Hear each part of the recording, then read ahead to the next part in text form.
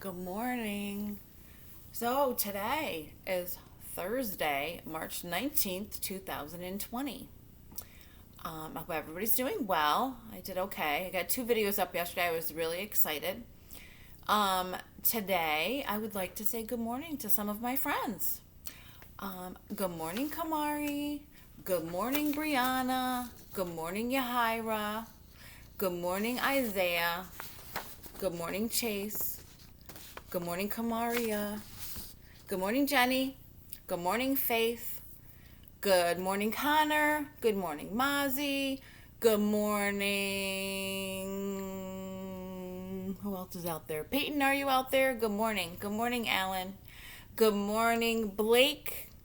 And good morning, Alina and Yahira. Good morning. I also want to say good morning to Emma and Sharif. And who else is out there? Maybe Trinity, good morning. And I'm looking around. Let me see. Avery, good morning. And Shane, good morning. And Mrs. Prince, good morning. So I hope everybody has a great day today. I'm going to aim for 3 videos today. I'm going to try doing morning meeting, reading, writing together. And then I'm going to do math. And then I'm going to try to do a bedtime story today. So you could have a bedtime story video from me for tonight. If I don't get it today, then I'll definitely do it tomorrow. So check back for that later on. I want to tell you that today is the first day of spring. Winter seemed to last forever, and we didn't think it would ever be spring, but today is officially the first day of spring. Also, tomorrow I'm declaring pajama day.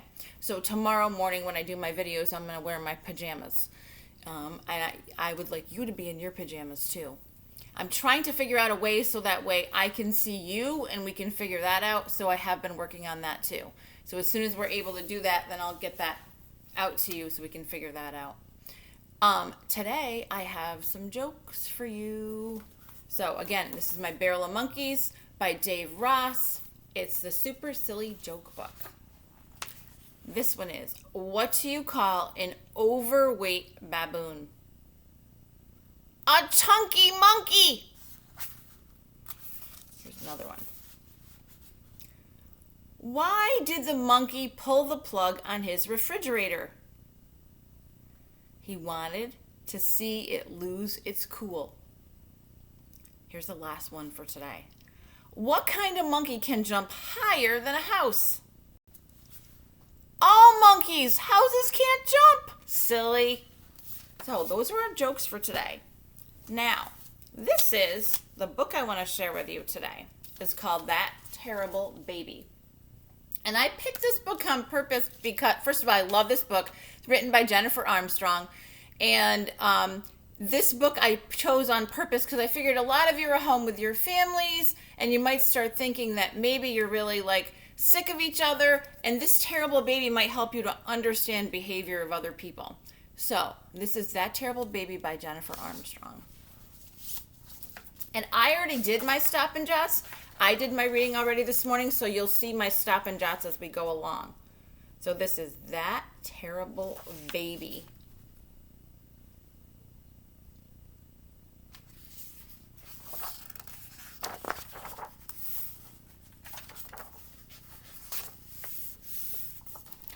Eleanor and Mark were worried. There was a terrible baby in the house. You ready to see them? Eleanor and Mark. And they have a kitty cat too.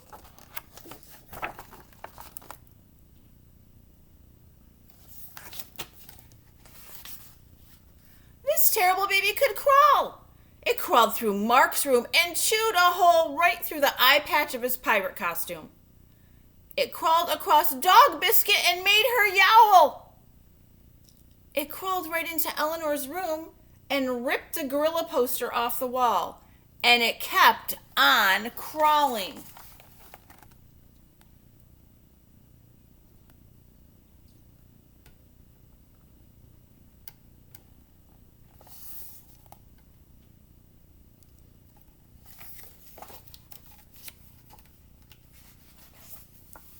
Stop that baby, baby, Mark said. Eleanor and Mark raced into the dining room. The terrible baby pulled down the tablecloth, and Mark's 5-story card house cascaded to the floor. That terrible baby laughed and scrunched up the 3 of clubs and the 2 of diamonds.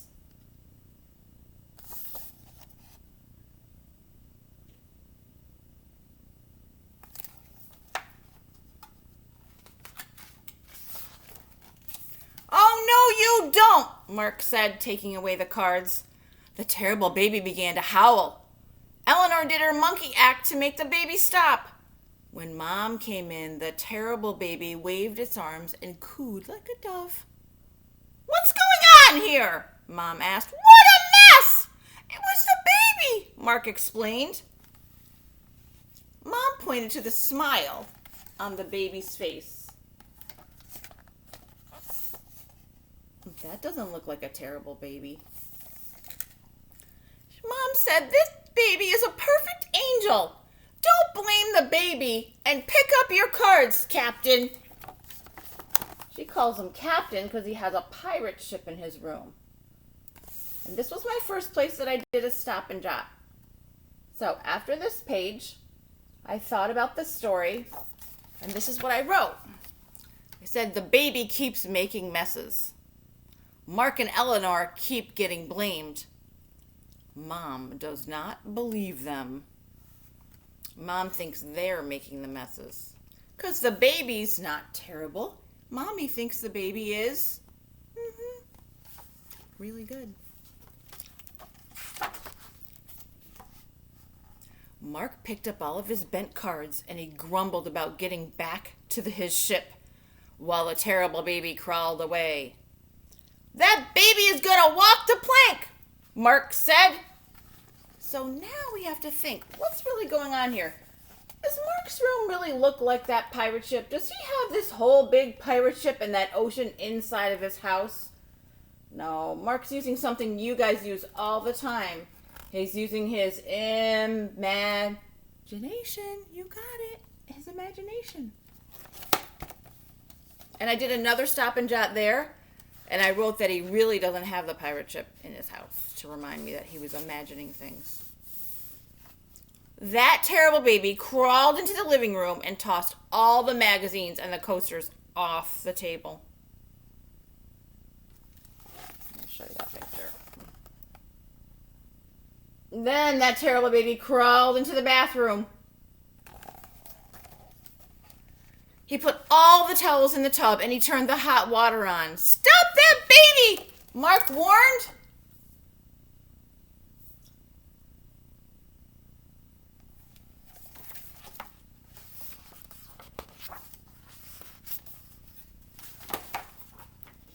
Eleanor turned off the faucet and the baby howled.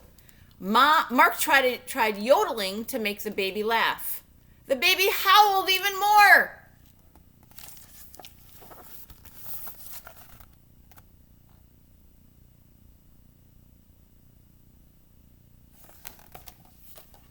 "Why are you yelling at the baby?" Mom asked. She came in and saw all the puddles on the floor. "What's this mess?" "It was the baby," Eleanor explained. "Don't be ridiculous," Mom said. "Now how about mopping up this water? And don't forget to shut the bathroom door." So again, what is the baby doing? And what are poor Mark and Eleanor getting blamed for?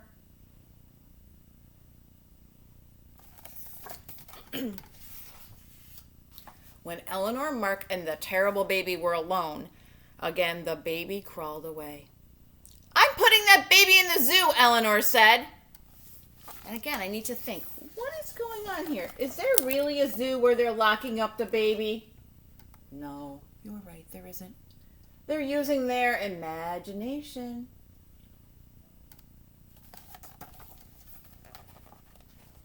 And it says, "Please do not feed the wild animals." And then this over here says, "Tyranno baby americanus. Approach with caution, be careful." The little sign warning about the baby in the zoo. The terrible baby crawled into the kitchen and tipped over the cat food bowl and knocked over the garbage can. Just as the terrible baby was about to eat a banana peel, Eleanor snatched it away. The baby howled. "This is the last straw," Mom said, running into the kitchen. "This place is a disaster. And don't blame it on the baby."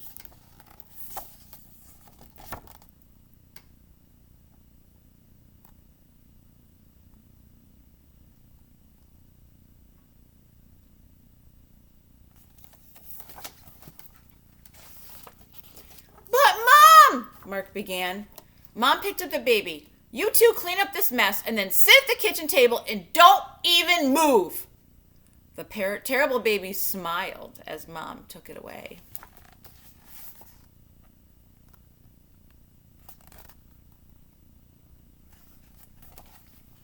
Eleanor and Mark cleaned up the kitchen and then sat and sulked. Dog Biscuit hurried by.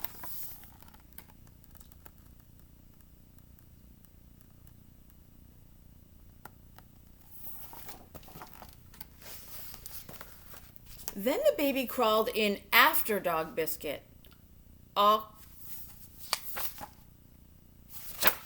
Then the baby crawled in after her again. Sorry, I skipped a line. Then the baby crawled in after her again, all clean and shiny.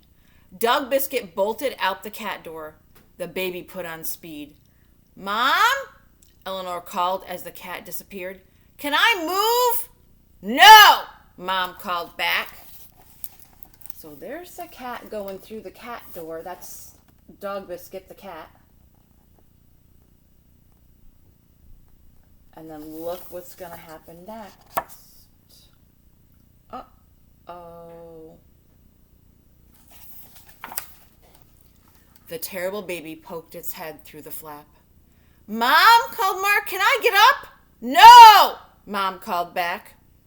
The terrible baby squeezed halfway through the opening.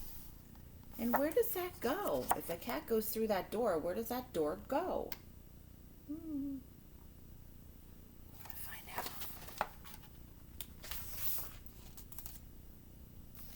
"That baby ate my eye patch," Mark said. "That baby ripped down my gorilla poster," Eleanor said. The terrible baby disappeared. "Look out!" That terrible baby is now outside. And look at outside. Scary.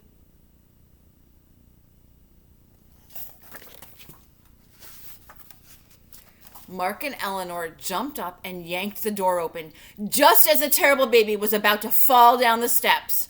Eleanor scooped it up.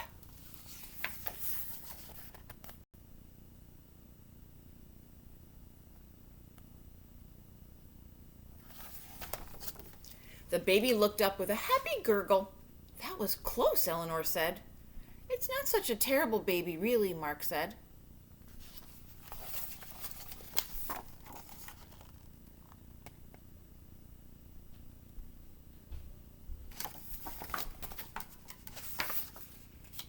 Mom came out into the porch. "Hey, why are you out here?" she asked. "It was the baby," Mark explained. "For the last time." Look what the baby did. The baby crawled in back through the cat door.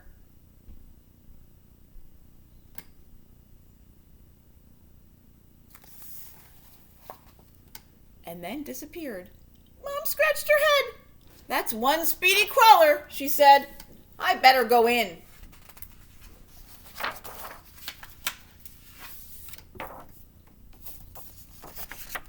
Mark looked at Eleanor. Eleanor looked at Mark. "Okay," they said, "but we'll stay out here." And they're high-fiving each other. And the back of the book is really funny, too, because literally the terrible baby pulling the cat's tail. And look at the expression on the cat's face. The poor kitty. But look at the expression on the baby's face. The baby looks like, I'm not doing anything wrong. I'm just hanging out here. And look what the baby's really doing. So think to yourself today, is the baby really trying to be terrible? Or is the baby just being a baby? Because that's what it does. It crawls, it makes messes, it gets into things because that's where it is in its life. Today, we talked about empathy in the classroom once before, so today think about having empathy for other people that are around you. A lot of people are all in their houses right now. Everybody's trying to figure it all out and everything is new. So today, try to have some of that empathy for other friends and your family around you and realize that maybe all the people with you really aren't trying to be terrible. They just need to do what they need to do. So, the next thing I want to talk about is your today when you do your reading. So when Mrs. Brunell started reading this story, so today this is your reading lesson for today. So when I first started reading That Terrible Baby, I asked myself a question. So I said the question that I asked myself was actually, is the baby really terrible? So before I even started reading this book today, I asked a question. So today that's what I want you to do. And then as you read the book, see if you can answer the question that you have. You can look at the front cover, the back, or the inside flap to get more information. Before you, if you don't know what question to ask, read a little bit of the book, read about the author, and then you can see what your question will be, and then see if you can answer your question when you're done with the book. So you can do that. So ask yourself a question before you start. Continue to do your stop and jots. And then choose one of your reading responses from your reading response sheets. This is fiction ones, and this is the nonfiction ones. So if you read nonfiction, pick one of these questions to answer in your reading notebook. If you pick fiction, then read one of these, pick one of these, any of these. You can pick any question on either of these sheets and answer that in your reading notebook. When you're finished with that, for today for writing, you can always do poetry for writing. That's fine. Every day you can write a poem. But the other thing I'd like you to start doing today is to start writing like a personal journal. So today I want Mrs. Brunell to know. Or it could be, you could even say, today I want my mom to know. Or today I want Julie to know. Or today I want my new baby brother to know. Whatever you want to do with your journal, because I won't see your journal today or tomorrow. So you could write it to someone in your family and they could write back to you.